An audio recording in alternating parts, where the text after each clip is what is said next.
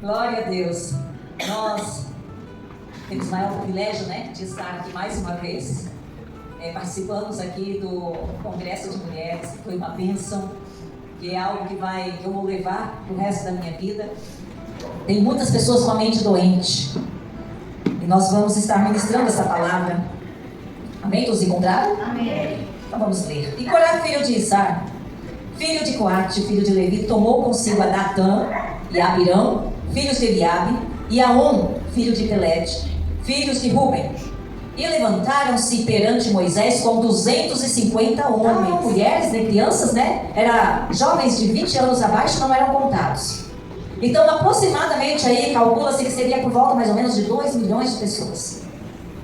E eles saíram do Egito, conforme o mandamento de Deus, e foram caminhar rumo em direção ao deserto, para fazer a travessia, chegar até a terra prometida. Mas no meio do caminho,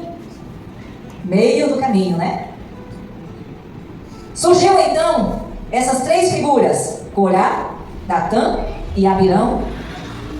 4, aliás, E Aon também. E eles então se levantaram contra Moisés. Eles falaram aos ouvidos, os tititi, de outros 250 homens, e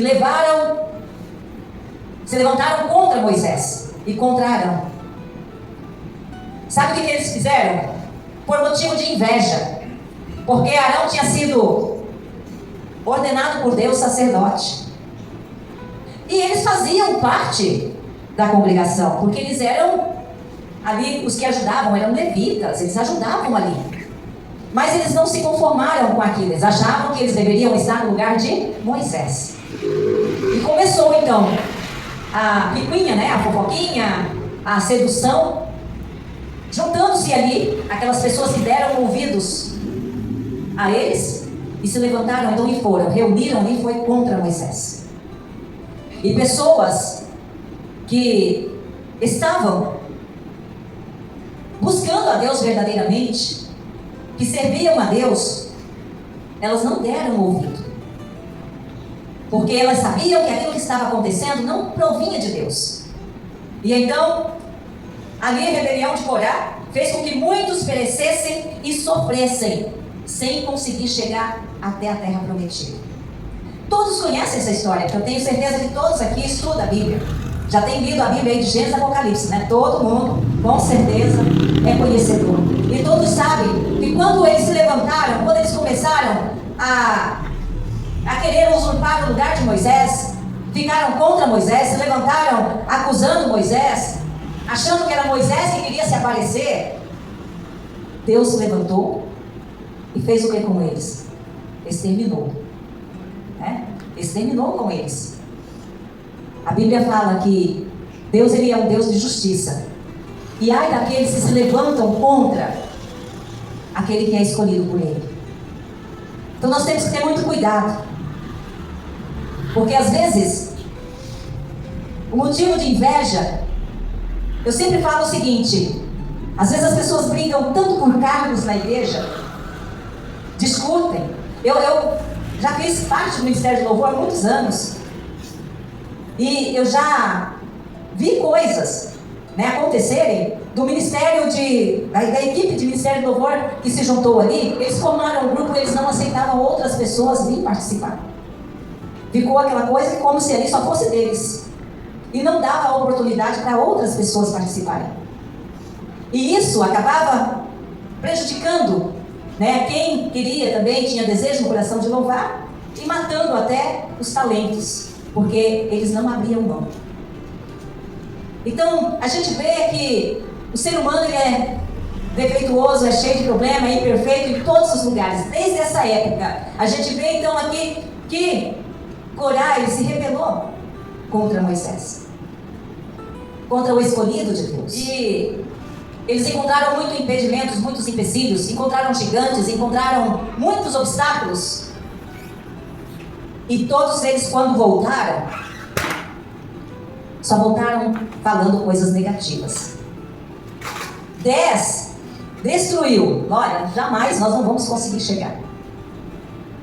Não tem como. É uma terra difícil, é um lugar muito complicado, porque nós vamos sofrer muito. A gente vai ter muita barreira para chegar lá. A terra é boa, na verdade, mas é muito impedimento, é muito empecilho.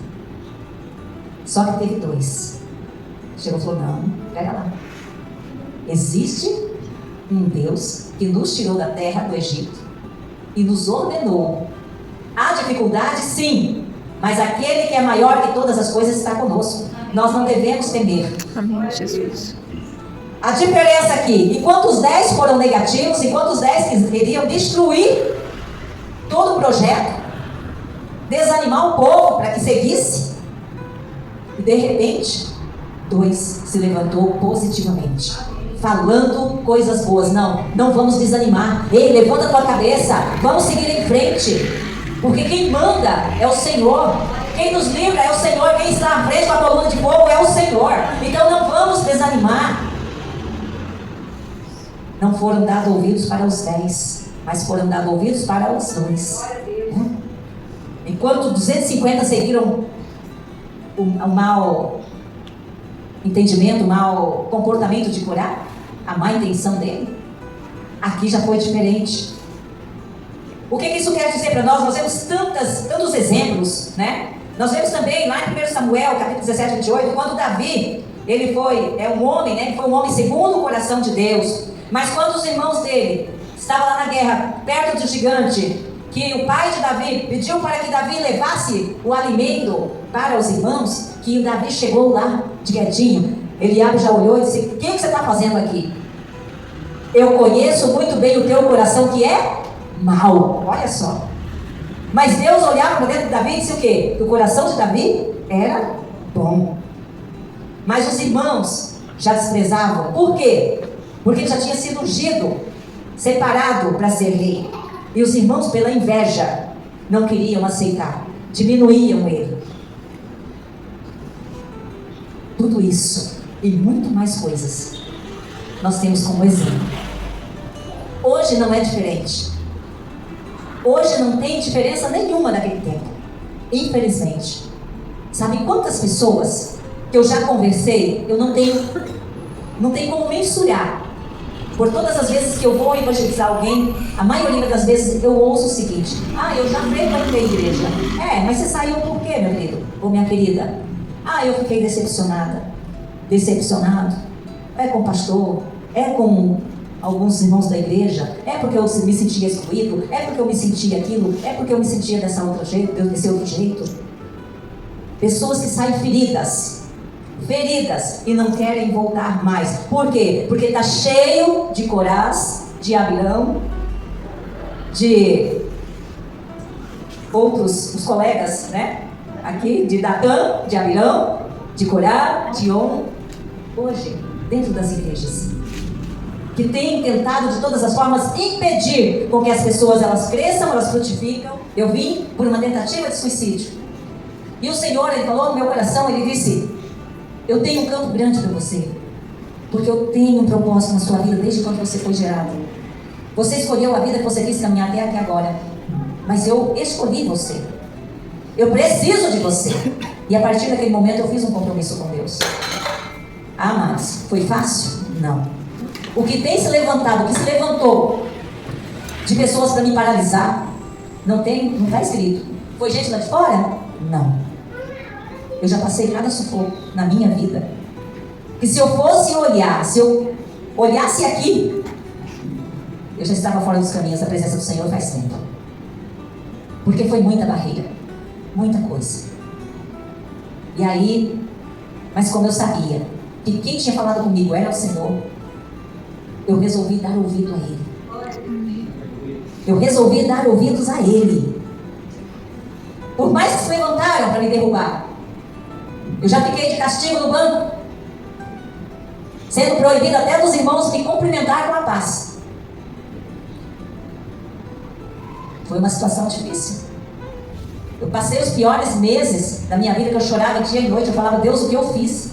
Conta pra mim, me mostra o que eu fiz de errado para estar acontecendo todas essas coisas. Mas eu nunca deixei de ir para a igreja. Mesmo chorando, eu sentava lá no último banco. E eu nunca gostei de ficar sentado no último banco. Eu chorava o culto inteirinho. Mesmo chorando, eu participava.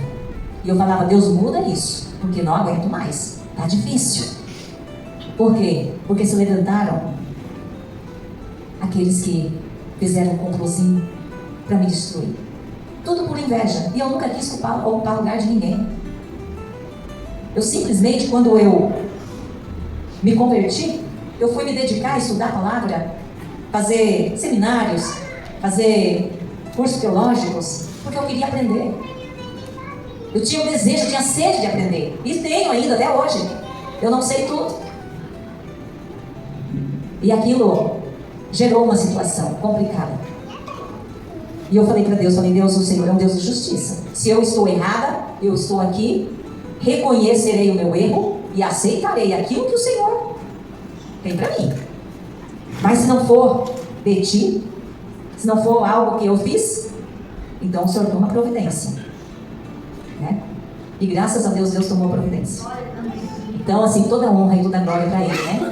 E aí depois vieram aquelas pessoas me pedir perdão, porque falou, olha, a gente queria conversar com você, a gente queria estar perto de você, mas nós somos proibidos. Nós não podíamos chegar perto de você. Então tudo isso, amados, o inimigo se levanta para tentar nos paralisar. Porque sabe que nós somos como brasas, aonde a gente chega, o fogo acende. Aonde nós chegamos, nós somos luz, as trevas têm que sair. Porque nós precisamos fazer a diferença. Então, muitas pessoas tentam nos parar. Nós vemos exemplo também lá do tanque de Betesda. Lembra daquele paralítico há 38 anos? Quando Jesus curou ele pegou a cama e saiu. Quem foi que ele encontrou na porta lá do tanque? Os religiosos. Como? Hoje é sábado, por que você está com a sua cama nas costas aí? Esse é aquele que me curou, que me mandou pegar a minha cama e sair. E quem foi que fez isso? Eles não se alegraram por ver aquele homem há 38 anos em cima daquela cama sendo curado. Eles não se alegraram, pelo contrário. Eles vieram criticar, eles vieram acusar, porque era dia de sábado, eles eram religiosos e aí não podia carregar nenhum tipo de objeto porque era no dia de sábado. Queria desanimar, queria paralisar ele. E a pergunta, como título da mensagem, é: quem é que nós estamos dando ouvidos? Pessoas que desanimam fácil, vêm para a igreja e qualquer coisa que dá um vendaval contrário, ela já faz o quê? Não, aqui para mim já não dá mais. Eu vou partir para outro lugar. Aí sai, magoado, ferido, e vai para outra igreja. Eu pergunto para você, se você não sai debaixo da bênção, se você saiu magoado, saiu ferido, você vai ser prosperado lá na frente, na outra? Não vai conseguir. Porque nós precisamos estar debaixo de bênção para sermos prósperos, para sermos abençoados. Amém.